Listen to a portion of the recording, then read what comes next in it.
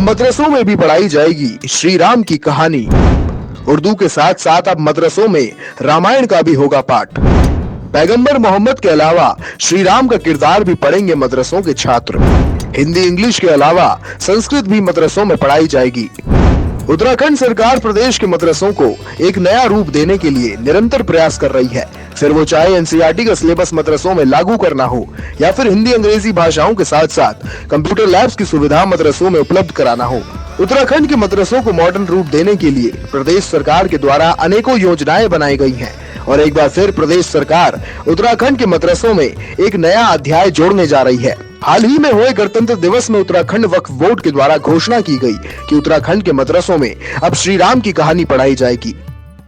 है राम के वजूद पे हिंदोस्तां को नाज, अहले नजर समझते हैं उनको इमाम हिंद। श्री राम के बारे में बहुत पहले अल्लामा इकबाल साहब ने आजादी से पहले ये शेर कहा, जिसमें उन्होंने कहा कि हम श्री राम को इमाम का दर्जा देते हैं। इमाम वो होता है जिसको हम फॉलो करते हैं, और मुझे लगता है श्री राम जैसे किरदार को कौन फॉलो नहीं करना चाहेगा, कौन नहीं चाहेगा कि उसके बच्चे श्री राम के किरदार पे आगे बढ़े।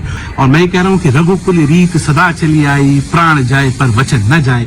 ये जो सोच है, ये सोच अपने आप को औरों से अलग करती है, इसलिए मजबूर करती है कि लोग श्री राम को पढ़ें। लक्ष्मण जैसा भाई कौन नहीं चाहेगा, सीता जैसी पत्नी कौन नहीं चाहेगा। तुम्हारी होने के बावजूद वो लात मारती है सत्ता को और चली जाती है। क्या औरंगजेब चाहिए क्या? वो औरंगजेब जो अपने पिता को सलाखों के पीछे डाल दे सत्ता को हथियाने के लिए? वो औरंगजेब चाहिए क्या जो दारा शिकों की गर्दन को काट के कि मेरा बड़ा भाई राजा ना बन जाए, मैं कैसे राजा बनूं और अपने भाई की गर्दन उतार दे? कोई नहीं चाहेगा। इसलिए हमने तय किया कि हम अपने मॉडर्न मदरसों में जो डॉक्टर एपीजे अब्दुल कलाम साहब के नाम पे हम खोल रहे हैं, उनके अंदर हम मोहम्मद साहब को पढ़ाएंगे, सहाबाओं को पढ़ाएंगे और श्री राम को पढ़ाएंगे। अच्छा पढ़ाएंगे तो हमारे बच्चे पढ़ लिख के एक अच्छी सोच के साथ खड़े होंगे। और मुझे उम्मीद है, हम हैं कौन? हम अरब नहीं हैं, हम अफगान नहीं हैं, हम मंगोल नहीं हैं, हम हिंदी हैं।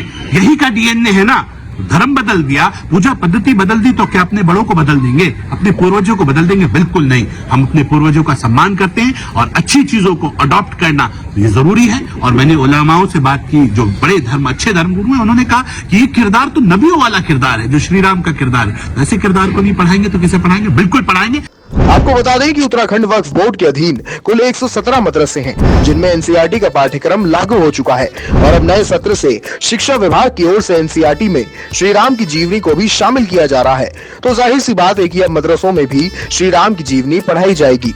इस खबर को लेकर आपका क्या कहना है? कमेंट बॉक्स में अपनी राय रखें।